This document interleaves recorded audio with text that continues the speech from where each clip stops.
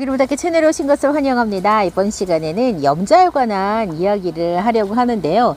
이 염자는 제가 주워다가 키운 염자예요. 누군가가 이 염자를 다 가지치기를 해가지고 버렸더라고요.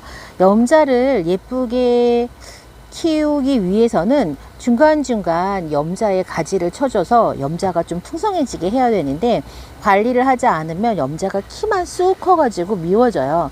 그래서 염자 같은 경우에는 관엽식물을 키우시는 분이나 아니면 식물을 잘 키우지 못하시는 분들이나 다육이를 키우시는 분들이나 모두가 다 이 염자에 대해서는 거부감이 없이 많이 키우셨는데, 염자가 다육식물이라는 걸 알고 키우시는 분들은 아마 다육이 키우시는 분들만 이걸 아시지 않을까 싶어요.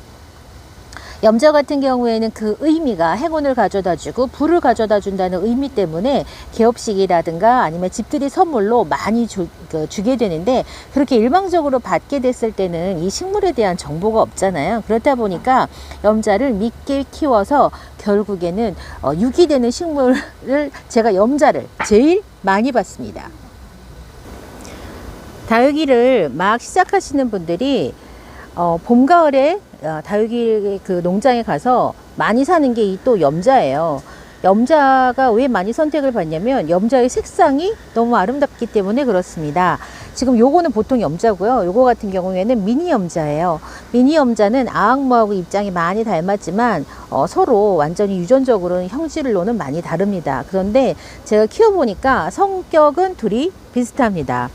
이 염자에 관해서는 농사료가 제공하는 정보하고 그리고 월드 오브 서큘런트가 제공하는 염자에 관한 정보가 살짝 다릅니다. 어떤 게 가장 크게 다르냐면, 염자의 성장 시기에 관해서 농사로는 염자가 동형다육이라고 소개를 하는데, 월드 오브 서큘런트의 정보에 의하면 염자 같은 경우에는 여름에, 봄, 여름에 많이 성장을 한다고 소개를 하는데, 제가 봤을 때 염자는요, 여름에 성장을 하는 다육 중에 하나예요. 염자는 여름에도 물을 좀 주면서 키워야 되는 게 맞고요. 겨울에는 당연히 얘네들이 성장을 저는 거의 안 하는 것처럼 보였어요. 이렇게 우리나라 농사로가 이 염자가 겨울에 성장하는 다육이라고 소개를 한 거에는 아마 염자가 크라슐라에 속하기 때문에 그럴 거고, 크라슐라의 일반 속성이 겨울 성장을 하는 동형다육이기 때문에 그렇게 소개한 게 아닐까 싶어요. 동형다육이든 하형다육이든 이런 그 구분을 떠나서 고온과 저온, 그러니까 생육 적정기 온도가 있잖아요.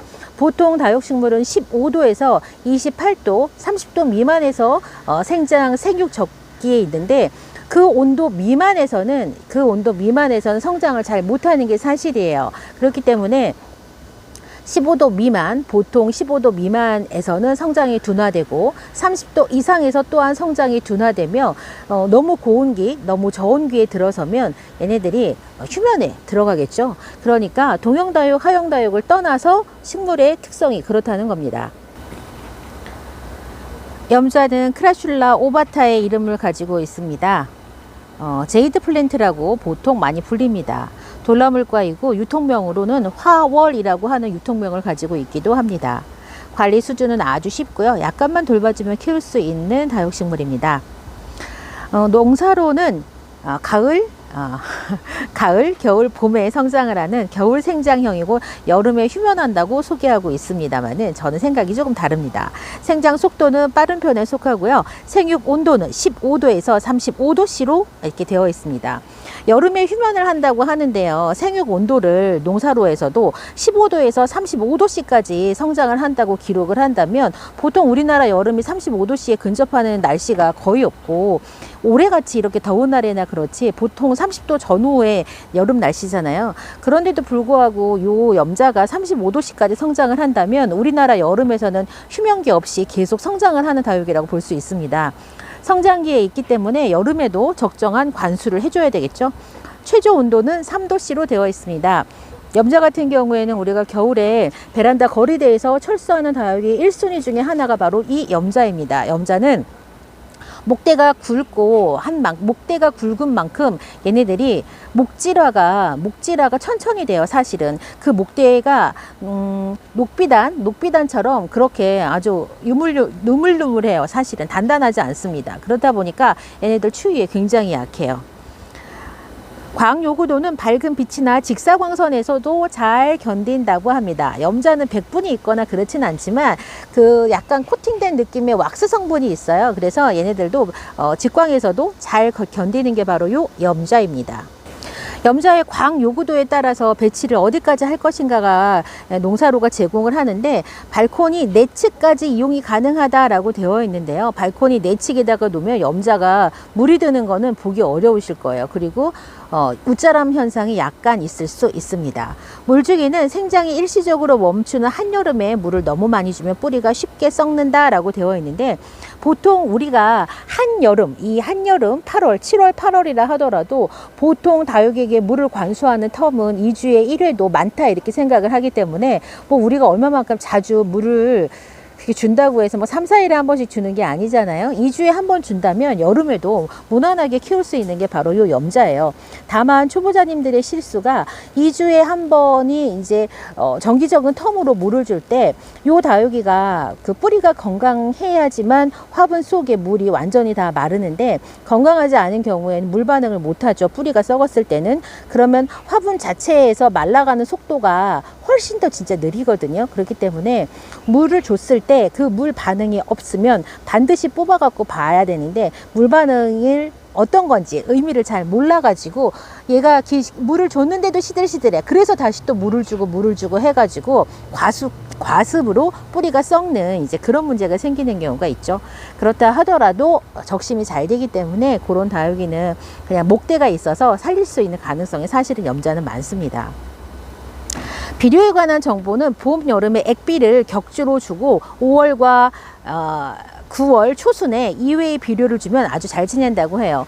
보통 다육식물은 비료에 관해서 굉장히 이렇게 좀 인색한데요. 사실 성장기에 이렇게 영양제나 비료를 주면 다육이가 더 건강하게 성장하는 건 사실이에요. 그래서 조금 더 다육이의 덩치를 좀 키우고 싶다 하시는 분들은 이 영양제나 비료를 고려를 해보세요. 그런데 영양제는 그 덩치 키우는 목적이라기보다는 특수한 목적을 가지고 있는데, 뭐 과육을 단단하게 한다던가 아니면은 뭐 입장을 조금 도톰하게 만든다던가 이제 그런 목적으로 만들어내는 그런 영양제들이 사실은 더 많고, 우리가 생각하는 비료는 얘네들이 생육을 돕기 때문에 생육이 빨라져 가지고 물살 찌는 것처럼 그렇게 이제 찌워지는 거라고 이제, 그래서 우리가 비료를 안 쓰는데, 적절한 생육기에 관수와 비료는 다육이가 건강하게 성장하는 하나의 요소가 되기 때문에요. 해외 채널에서는 무조건 비료에 관한 정보를 제공을 해요. 우리나라처럼 다육이는 비료가 필요 없다 이렇게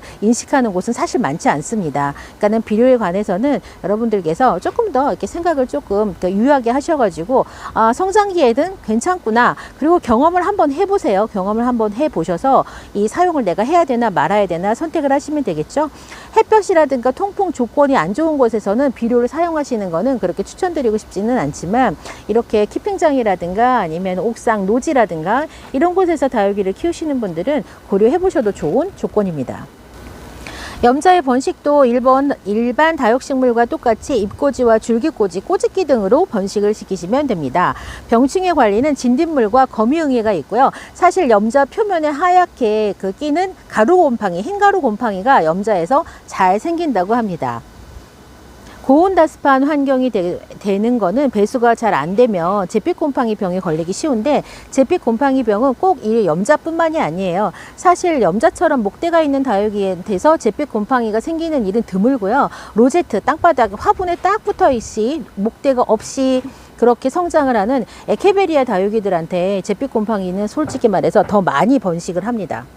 이 염자에 관한 특별관리 정보 중에서는요, 실온에서 잘 자라고 겨울철에는 7도에서 13도에 저온에 두는 것이 좋다고 이렇게 관리 정보가 있는데, 이거는 염자에 꽃을 피우기 위해서 그런 거예요. 저온 처리가 돼야지만 염자가 그 이듬해 봄에 꽃을 피우는데, 보통 염자를 온도 관리가 잘 안 되면, 그러니까 겨울에 우리가 저온 처리라고 하더라고요. 저온 처리가 안 되면 염자가 꽃이 피지 않습니다. 그런데 보통 염자는 베란다 안에서 실내에서 다육이 키울 때 염자는 꽃 보기가 사실은 힘듭니다. 그래서 염자꽃이 피기를 다들 염원을 하시죠. 호야꽃 피는 거랑 염자꽃 피는 거랑 다육식물 중에서 꽃을 가장 많이 기다리는 게 바로 이 두 가지 품종이 아닌가 합니다.